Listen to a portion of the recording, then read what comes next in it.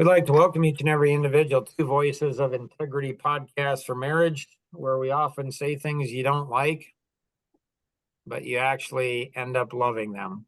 So we're going to be interviewing today Jason and Melissa Miller and about their marriage. And so why don't you guys give us a little background about how long you've been married, kids, just all of that stuff. So we've been married 6 years. 6 years. 2 kids, a 3-year-old and a 2-year-old, and pregnant with another one, due in July. Anything else you want to add? All right. Go ahead. That's good. So yeah, That's there's good. that. Okay. So 1 to 10, how transparent would you guys like this podcast to be? Jason, 1 to 10? Oh, it depends on what area we go into. Maybe a 7, 8. Okay, 7 or 8. Melissa, 1 to 10, how transparent would you like to be? Same. So you are going to have to translate for her. Okay. Has a white butt. Good grief. She's Sorry, a little spicy, a little sassy, but it's okay because she's pregnant, and she's got 2 adorable little girls that are always so nice with grandpa, but sometimes not so much with mom. So let's see a little contrast here. And Melissa, I wouldn't say she's unpredictable. So we'll probably talk to her and ask her a question. Then we'll ask Jason a question. Then she'll become more engaged after Jason talks, I'm guessing. So, hi, Elena, honey. How are you? I love you. So this is my granddaughter, one of 8, soon to be 10. All right. So Melissa, let's go ahead and hi, honey. How are you? This is Micaiah. I just got this. Oh, okay. That's cute. That's nice. Okay. So Melissa, why don't you share where you think your marriage was, I don't know, a few months back? Yeah, I kind of asked Jason this too the other week, and we don't really know what is different besides probably me or him. It was like a one or the other. So because we didn't really like it wasn't great. We were probably at a 3 or a 4, and we fought all the time, and then we had this really bad fight that consisted of traumatizing our children. And then after that, I kind of made the determination that we weren't going to fight in front of them anymore. And then he made the determination that he was going to be more intentional with his time, because that was a big fight all the time. So then he got, I think at that point he got you involved or something, or we got you involved, and then we started the spreadsheet and the stuff. So if you were at a 3 or so on the marriage, what's the point of divorce? Like, is it a 4 or a 3 or a 2 or a 1? Like, where is seriously consider a divorce? Where does that come in? Depends on if you're pregnant or not.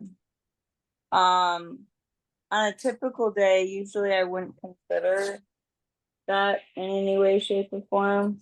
To give people context, what I'm trying to do is help people to understand contextually where you guys were at. So a 3, well, people will go ahead and say, everybody's got a 3.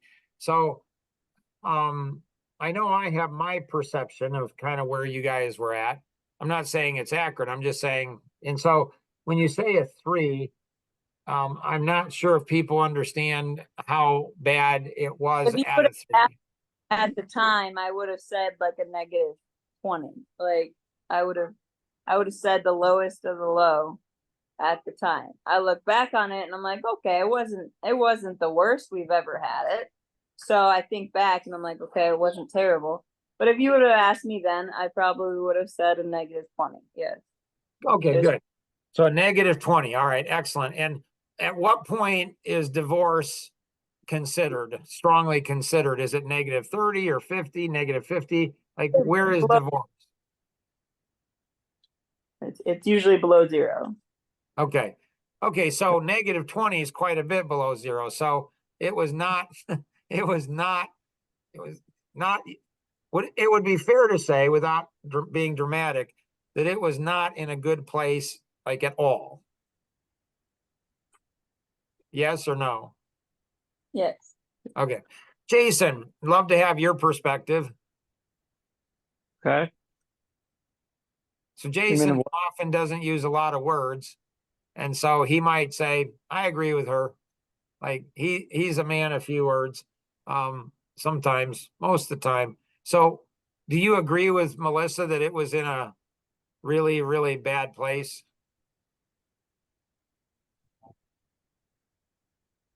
Yeah, depending on the day. Okay.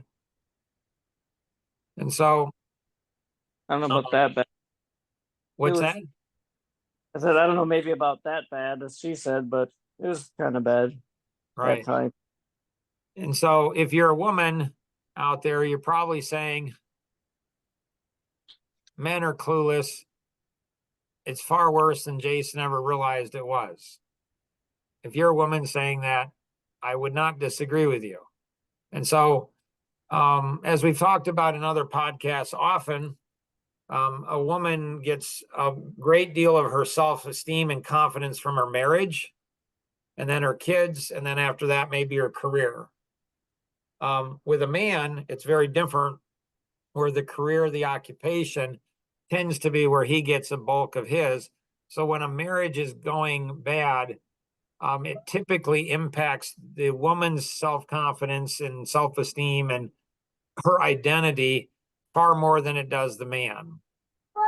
And so, and then like it seemed to me from an outside observer, it seemed to me that it radically changed like almost overnight. Would you agree with that, Jason, or not so much? Yeah, I think so. And Melissa, would you agree with that or not? It seemed like it radically changed over then. Somewhat. Okay. And like, what was that? What do you attribute that radical change to? Tracking our stuff in a spreadsheet. So we'll have that in the podcast, on the website, and so go to the Voices of Integrity .com and then go to podcasts and then marriages. And then I think this is probably going to be put in the hurt and healing one, maybe. It might be put there, might be a couple of places, I'm not sure. But if you're watching the podcast or listening to it through the Voices of Integrity, there'll be a spreadsheet template that we'll get in there, and then you can use that. And why did a spreadsheet, why did that make such a big difference? I think it helped us gain clarity on probably the expectations of each other, versus just assuming we know each other's expectations. So probably bringing clarity and then tracking like how you're doing on a weekly basis with those expectations. Got it. Melissa, how do you look at that? I think it's not just about tracking it, it's actually about doing something about the tracking. Like if you just track it all, then it's like, okay, well, cool. But actually like examining yourself and examining the actions that need to be taken to do something to change it. And probably knowing what you want is the biggest thing. Like that was probably why I hesitated the longest to do any spreadsheets, because I thought I knew exactly what I wanted, but putting it down on paper was just annoying. And so, once I figured out exactly what I wanted, then I was like, okay, this should, then he should be able to meet those expectations. And once he has those in front of him, it's a little bit easier for him to do that versus shoot a moving target.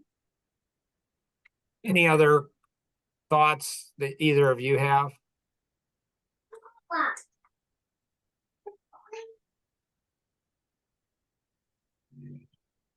I think that it takes a lot more than just like I'm not big on spreadsheets in general. I was traumatized as a child, so spreadsheets are hard for me. And so due to that trauma, I have tried to avoid them my entire life. But I see the benefit of them in certain areas and departments. And so if I can get past the stubbornness of that, I think it helped my husband a great deal, because at one point it was a fight that he was like, you don't obviously care about changing our marriage because you're not willing to do the spreadsheet. And I was like, well, that's untrue in every way. So once he accused me of that, I felt like, okay, if this is that important to him and he thinks I'm not trying in the marriage, then it's something that I need to change. So I did, and it has seemed to help. Right. So because this podcast isn't about me, we'll do another podcast about being traumatized by your children and your wife. And so the amount of trauma that I have, but it's not about me, so I won't go there. Even if I'm tempted, taunted to do that, I won't do that. And so we'll stay focused. So I encourage them to do that. And I didn't really care if it was a spreadsheet or piece of paper. It doesn't matter to me. Just spreadsheets can track numbers better, so it's just easier. So I encourage them to do that. After a couple blow-ups, I'm like, you know what? If you guys, if you're not willing to do this, I don't know what to tell you. My perception, I'm not saying it's true. I'm just saying my perception is that Jason did not want the accountability to have it. So he just didn't want it. Like, I don't want the accountability. My perception was that he was also concerned that if she's not happy with what I'm doing now, I don't want documentation to make her more unhappy. Like, this is not going to work out good for me or her. So that's my perception of why he was so dug in not to do it. Like, yeah, I'm not going to do it. Okay, whatever. It's your marriage. I think my perception, I'm not saying reality, I'm just saying my perception of why Melissa didn't want to do it is because she wanted a moving target. She didn't want to get locked down on what she wanted. She wanted to move.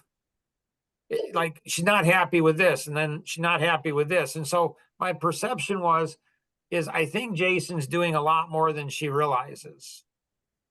And I don't think, and I think he's stubborn. I think he's stubborn. He gets locked in. He doesn't listen to her well. He's not attentive to her. He's not attentive to the kids. And so, I thought it would help their marriage. But what it's done is it's done 100 times more than I ever dreamed of.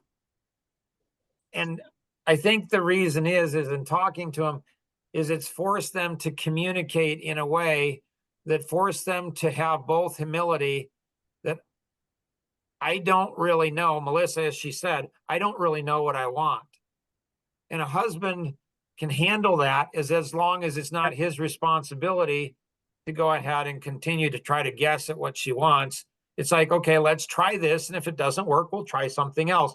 I found most husbands are willing to do that with their wives. Like, you don't know what you want? Let's try this.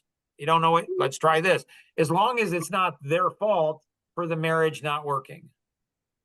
If it's their fault, then they get overwhelmed and they're like, then they get hopeless. And when a man gets hopeless, what does he do? He focuses more time on his economic engine because he cannot make his wife, he cannot make his children happy. He is a loser. So he's going to go where he's going to get praised. And so I think it's worked because it's forced them both to better communicate, which I did not anticipate. That's a side benefit I didn't even realize was going to happen. So it's where Jason's really, when she says, I want this, or I'm looking for this, and she had mentioned too, Melissa had mentioned too, that she wrote this book, like of what she wanted, which it's like, you got to synthesize that, honey. You got to get that down to something that Jason can understand. And like, he's got to have it simple.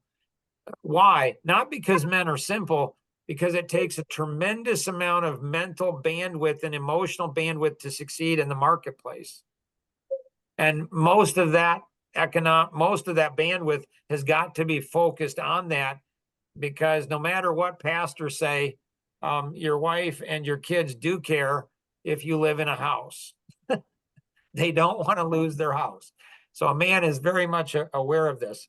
And so I think what it did is it brought them into the same team where they, like, if they both, like, I think I was talking to them and 1 to 10, how would you rate your marriage? A 2? What would you rate 2? I'm like, oh, good. You're both miserable. See, this is wonderful. If you're both miserable, that can be fixed. If people want to, but it's hard work, but that can be fixed. If you're both miserable. What's really brutal in a marriage is if one's really happy and the other's miserable. Because typically often the really happy one is the husband, not always, but often the husband's really happy and the wife is miserable. The husband then thinks the reason that he's happy is because he's such an amazing husband and father. I have not found this to be the case when I go in and find out what he's doing. Like, this is not being a good father.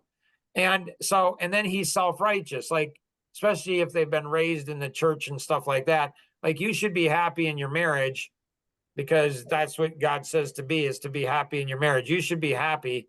And the wife then says, but I'm not happy. And then there's all this inner conflict that she has.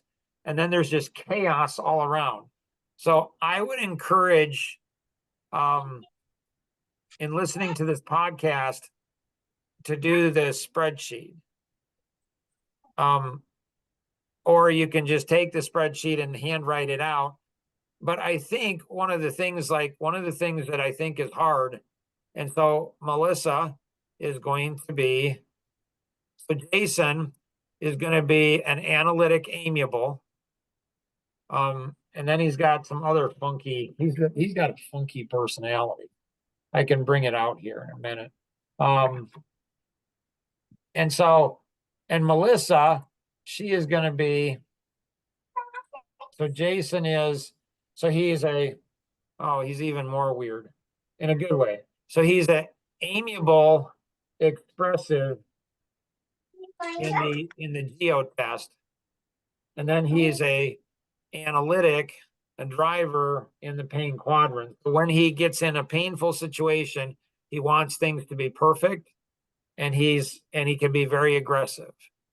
But in the normal, he wants to go ahead and have fun and enjoy the moment. And so Melissa is just very strong, expressive, and driver. And she has times of analytic. And so I think what was happening is that Melissa got caught in the moment. She got caught in the moment, and she said, and then she only remembered the things in the past, the bad things. She didn't remember the good things. And I wonder if that, just in some new stuff that Roseanne is going through, and I'm having some exposure to it as well, is that if we don't, our feelings are almost always right here in the moment. and they reflect the moment. And if we've had past that we haven't healed from, like I was talking to, a young woman, and she said, I got so angry with this situation and my therapist didn't understand why. And I'm like, oh, I understand why. She's like, why? I said, because if you've been hurt very deeply in the past and you haven't healed from it, anything that happens in the moment, that it can be a little tiny thing, like something's not in order, something's not in place, somebody says something in a tone, it can open up the and so Melissa may have some things in the past that haven't healed.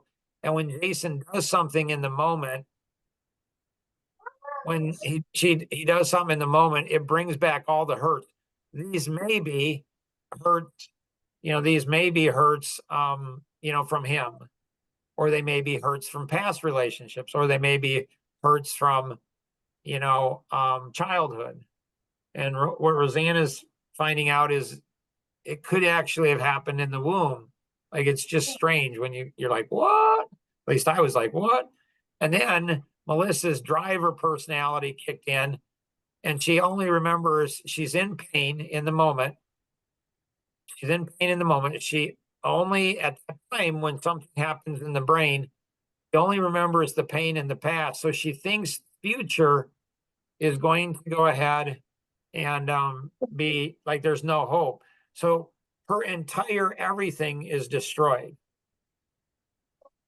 And so we'll have another podcast on postpartum.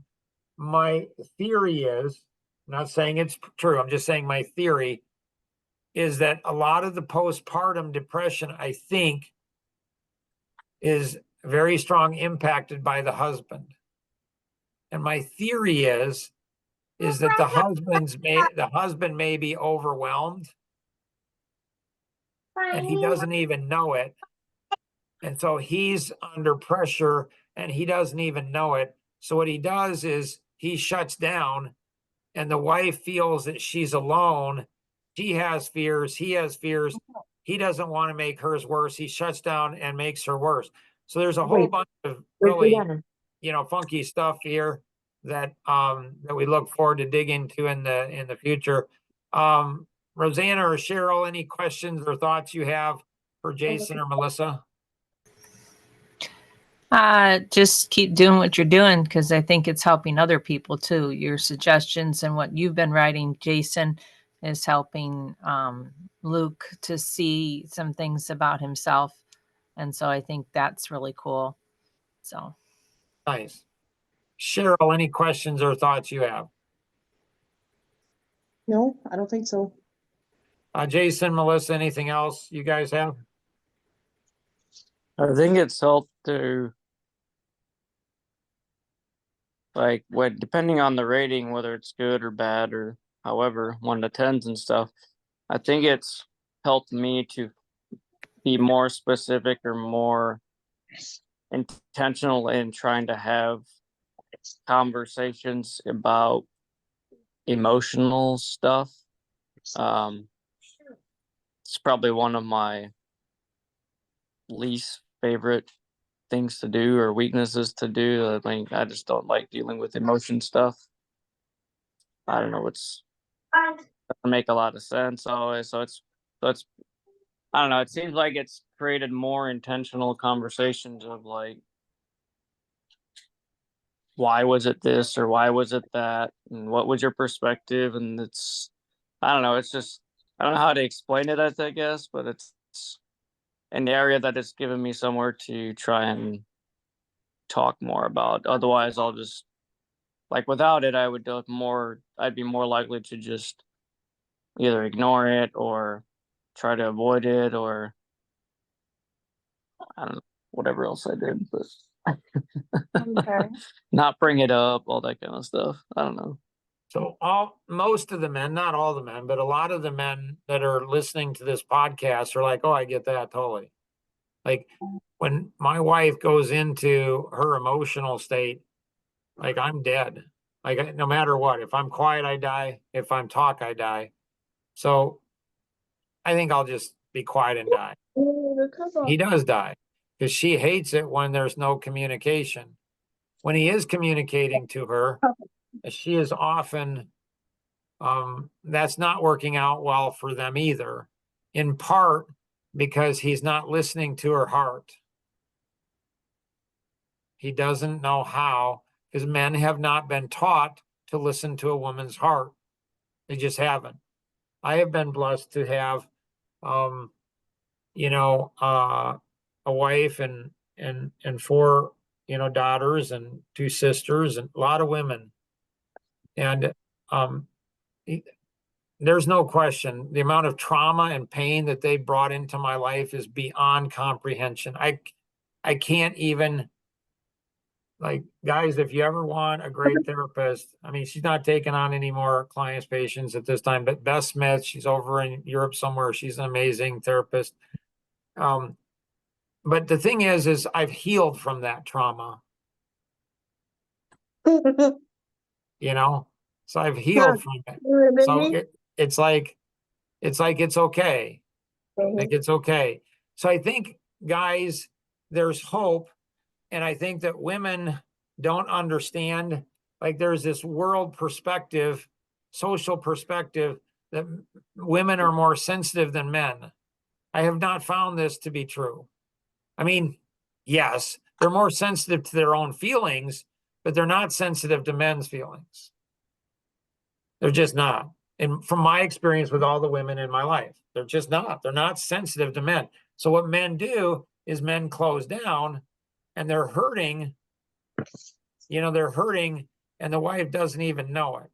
Because when he shares his hurt, she will often flip it and make it all about her hurt. So he's like, what's the use? I'm just going to suck it up, buttercup, and I'm just going to do it. So we'll have, I'm sure, more of these, and so hopefully you enjoy this, pass this along to others. Definitely try the spreadsheet or notes or whatever you want to do, but track it. Guys, you get clear and you'll be a machine, like you just are. That's how guys are. Know what I need to do. Once you start gaining confidence, I can do this. It just builds on it. Wives, women, give your husband, and that's what I found, like give him some room. Like if you're both at a 3 or 4, he knows he's not doing what he needs to be doing or what you want him to be doing. Have a conversation. And then what can he do better? And men, don't be lazy. Like, just don't. And then if the husband or the wife thinks that one or the other is lazy, get some outside, get them outside. You can join the Life GPS. They'll introduce you to somebody that will help you, get the most out of this group. Don't be a spectator, be a participant in this podcast. Any questions, feel free to connect with the individual who invited you to participate in today's session, or you can call toll free 888-230-2300 outside the US 630-393-9909. And always remember, we can accomplish so much more together than we ever could on our own. Have an amazing day. Bye-bye. You put it back on?